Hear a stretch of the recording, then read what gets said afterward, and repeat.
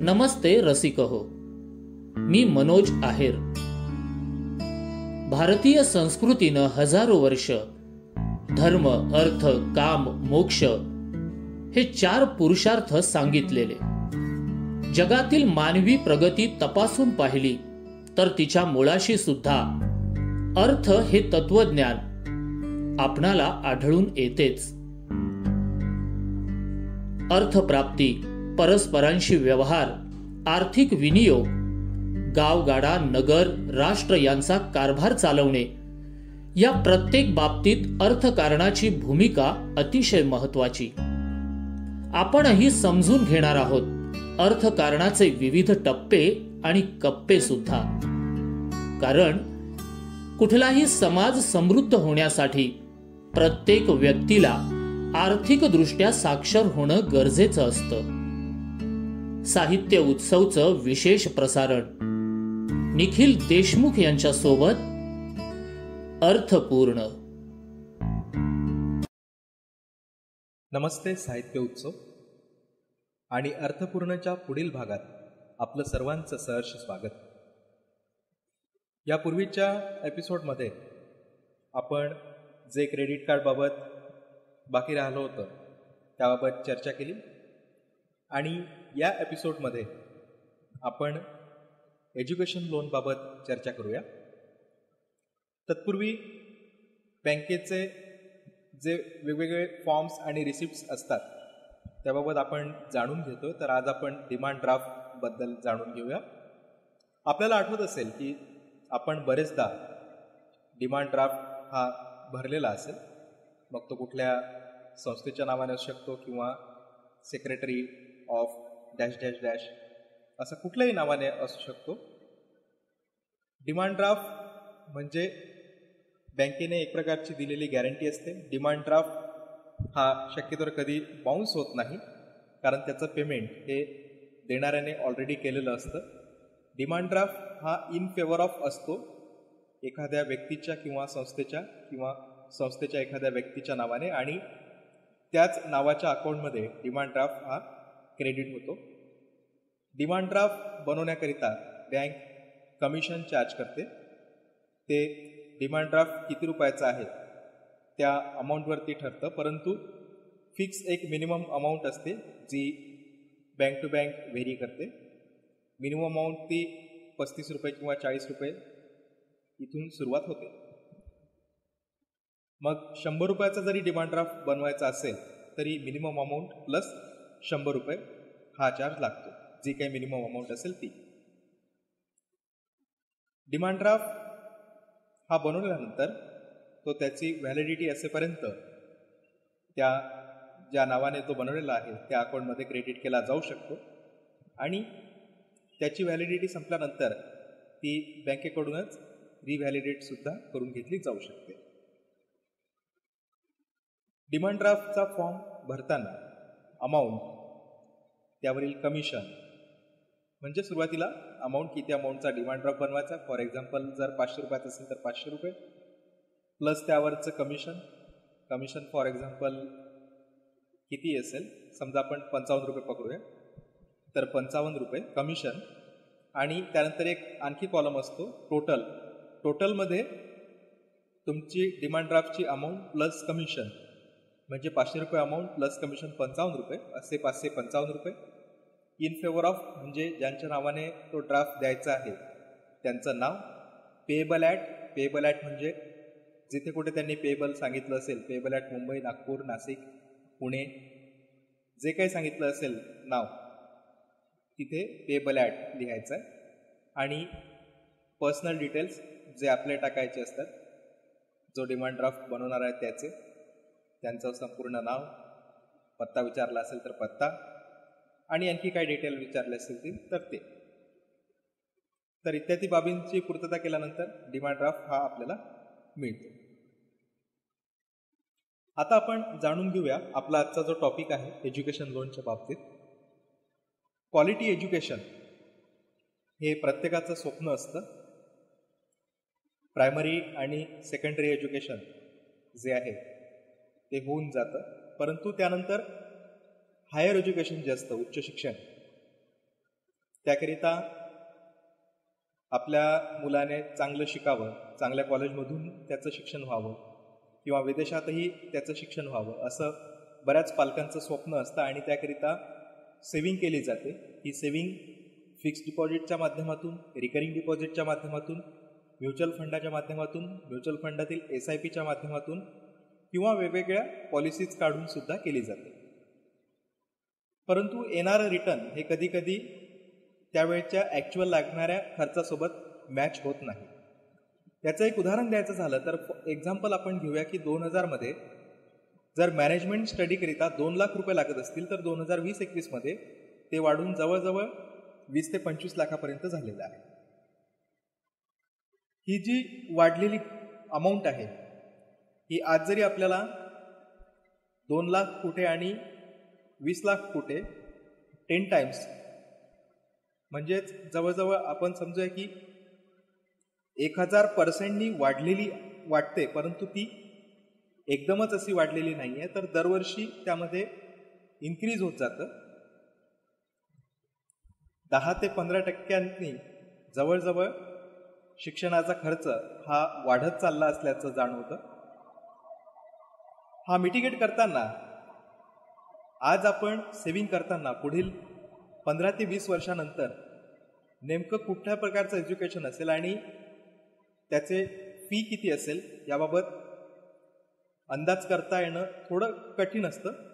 परंतु मी जे एक्झाम्पल दिलं, ज्या माध्यमातून आपण समजून घेतलं की 2000 ते 2020 कशा पद्धतीचा ग्राफ होता, तर हे उदाहरण आपण बघून एक ठोकताळा मांडू शकतो, एक अंदाज करू शकतो की इथून पुढे 15 ते 20 वर्षानंतर कशा प्रकारचं एज्युकेशन बाबतचं जी काही फी असेल ते राहू शकते. तर आपली सेव्हिंग आणि एज्युकेशनचा खर्च हा जर मॅच होत नसेल तर त्याला एक पर्याय आहे, ते म्हणजे एज्युकेशन लोन. शिक्षणाकरिता सुद्धा लोनचे पर्याय उपलब्ध आहेत. त्याकरिता रेकग्नाइज युनिव्हर्सिटीमध्ये भारतातील किंवा भारताबाहेरील मध्ये जर ॲडमिशन झाली असेल किंवा काही बँक्स जर ॲडमिशन होत असेल तर त्याकरिता सुद्धा लोन देतात. ही लोन प्रोसेस करण्याकरिता भारत सरकारने विद्यालक्ष्मी पोर्टल म्हणून एक नवीन चालू केलेलं आहे. त्या पोर्टलवरती ॲप्लिकेशन केलं जाऊ शकतं. लास्ट अपडेटेड माहितीनुसार त्या पोर्टलवर सध्या जवळजवळ 37 बँक्स आणि त्यांच्या 137 स्कीम्स अवेलेबल आहेत, ज्याकरिता आपण अप्लाय करू शकतो. तिथे अप्लाय केल्यानंतर ज्या ब्रँचमध्ये आपण अप्लाय केलेलं आहे तिथे मग पुढील प्रोसेस ही करावी लागते. काही बँक्स या कॉलेजेससोबत त्यांचं टायअप्स असतं, काही बँक्सचं युनिव्हर्सिटीसोबत टायअप असतं, तर त्या माध्यमातून सुद्धा एज्युकेशन लोनचा लाभ घेतला जाऊ शकतो. एज्युकेशन लोन अप्लाय करताना मेन अप्लिकंट हा स्टुडंट असतो आणि को अप्लिकंट त्याचे वडील किंवा आई किंवा भाऊ किंवा मुलीचं लग्न झालं असेल आणि तिला एज्युकेशन लोन हवं असेल तर तिचे पती हे असू शकतात.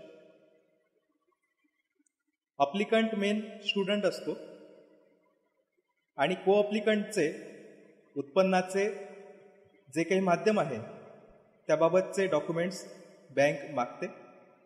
तसेच मार्कलिस्ट आणि इतर काही जे मूळ डॉक्युमेंट्स आहेत ते सुद्धा बँक मागते. याचं असेसमेंट झाल्यानंतर लोन सँक्शन होऊ शकतं. सध्या भारतात शिक्षणाकरिता एज्युकेशन लोनकरिता रुपये 4 लाखपर्यंत कुठल्याही प्रकारची थर्ड पार्टी गॅरंटी किंवा कोलॅटरल मागितलं जात नाही. अमाऊंट रुपये 4 लाख ते 7.5 लाखापर्यंत थर्ड पार्टी गॅरंटी ही मागितली जाते आणि अमाऊंट रुपये 7.5 लाखानंतर कोलॅटरल देणे कंपल्सरी आहे. तर ही एक प्रोसेस आहे ज्या माध्यमातून एज्युकेशन लोन हे अवेल केलं जाऊ शकतं. एज्युकेशन लोन एकदा घेतल्यानंतर कोर्स हा 3 वर्षे किंवा 5 वर्षांचा असू शकतो. During the course time bank interest charge करते. हे मॉरेटोरियम प्रकारासारखं झालं, जे आपण यापूर्वीच्या एपिसोडमध्ये ज्यावर चर्चा केली. मॉरेटोरियम नेमकं काय असतं, तर एज्युकेशन लोनमध्ये मॉरेटोरियम हा प्रकार असतो. मॉरेटोरियम म्हणजे एज्युकेशन लोन घेतलं त्या वर्षीच पासूनच ते पे करायची आवश्यकता नसते. काही बँक्स याबाबत कोर्स कंप्लीट झाल्यानंतर आणि स्टुडंटला जॉब लागला तर त्याच्या 6 महिन्यानंतर किंवा कोर्स कंप्लीट झाला असेल तर त्याच्या 1 वर्षानंतर यापैकी जे आधी होईल तेव्हापासनं त्या एज्युकेशन लोनचा EMI कटिंग व्हायला सुरुवात होते. परंतु during the course of times जो इंटरेस्ट बँक चार्ज करते त्याचा EMI हा पे करावा लागू शकतो. तो सिंपल इंटरेस्ट असू शकतो. एज्युकेशन लोन हे पार्ट टाइम कोर्स, फुल टाइम कोर्स आणि अशा प्रकारचे जे कोर्सेस आहेत ज्याच्याकरिता एलिजिबिलिटी असू शकते त्या सर्वांकरिता अवेल केलं जाऊ शकतं. एज्युकेशन लोन रिपे करण्याची मुख्य जबाबदारी ही मुख्य अप्लिकंट स्टुडंट असल्यामुळे त्याची असते. एकदा जॉब लागल्यानंतर बँकांचे जे काही टर्म्स अँड कंडिशन्स असतात त्यानुसार त्याचं रिपेमेंट हे करावं लागतं. जर त्यामध्ये काही फेलियर आलं तर जे क्रेडिट स्कोर्स आहेत त्यामध्ये क्रेडिट्सचं नुकसान हे त्या विद्यार्थ्याचं तर होतंच, शिवाय जे कोणी त्यांच्यासोबत कोअप्लिकंट आहेत त्यांचंसुद्धा नुकसान होतं. त्यांचासुद्धा क्रेडिट स्कोर हा डाऊन होतो. आणि हे स्टुडंटचं आयुष्यातलं पहिलंच लोन असल्यामुळे जर हे योग्य वेळेत रिपे झालं तर पुढील लोन घेण्याकरिता त्यांना चांगला वाव असतो. त्यांचा एक चांगला सिबिल स्कोर हा जनरेट होतो. एज्युकेशन लोन घेतल्यानंतर ते रिपे करताना एक बर्डन हे येऊ शकतं. जरी स्टुडंटला जॉब लागला तरीसुद्धा, कारण त्याचा इंटरेस्ट आणि त्याचा एकंदरीत जो EMI आहे तो येणाऱ्या पगाराच्या, कारण सुरुवातीला एकदम पगारसुद्धा कमी असू शकतो त्यामुळे जास्त प्रमाणात EMI हा असू शकतो. याकरिता ड्युरिंग द टाईम काही थोडीफार जर सेविंग केली ड्युरिंग द कोर्स टाईम तर ती इथे उपयोगाला येऊ शकते. एज्युकेशन लोनमध्ये ट्युशन फी, इतर काही मेंटेनन्स किंवा ज्या ज्या गोष्टींकरिता एलिजिबल आहे त्या सर्व गोष्टींकरिता एज्युकेशन लोन हे अवेल केलं जाऊ शकतं आणि ते डिस्बर्स होतं. एज्युकेशन लोनकरिता मुख्य जे डॉक्युमेंट्स आहेत त्यामध्ये बँक कॉलेजकडून किंवा युनिव्हर्सिटीकडून जे फी स्ट्रक्चर आहे त्याचीसुद्धा डिमांड करू शकते, तर ते सुद्धा आवश्यक असतं. परंतु बँक्स आणि कॉलेजेस किंवा युनिव्हर्सिटी यांचा जर टायअप असेल तर तिथे जास्त अशा प्रकारचा त्रास हा होत नाही. तिथे बँकांना माहिती असतं कशा प्रकारचं स्ट्रक्चर आहे तर, आणि कॉलेजेससुद्धा किंवा युनिव्हर्सिटीज हे त्या पद्धतीने बँकांना माहिती पुरवतात. आणि हे एकंदरीत आपण भारतातील एज्युकेशन लोन म्हणजे शिक्षण जर भारतात होत असेल तर याबाबत जाणून घेतलं. पुढील एपिसोडमध्ये याबाबत आणखी काही राहिलं असेल तर हा रेफरन्स देऊन ते कंटिन्यू करूया. आणि आज इथेच थांबूया. खूप खूप धन्यवाद. नमस्कार. दर्जेदार साहित्याचा आणि कलाकृतींचा आस्वाद घेण्यासाठी जॉईन करा साहित्य उत्सव व्हॉट्सॲप किंवा टेलिग्राम ग्रुप. जॉईन करण्यासाठी संपर्क करा 9881602025 या क्रमांकावर. संपर्क क्रमांक पुन्हा एकदा 9881602025. साहित्य उत्सव हे यूट्यूब चॅनल आजच सबस्क्राईब करा. साहित्य उत्सवच्या फेसबुक पेजला जरूर भेट द्या, कारण ज्ञान आणि मनोरंजन यांचं अतूट नातं म्हणजे साहित्य उत्सव.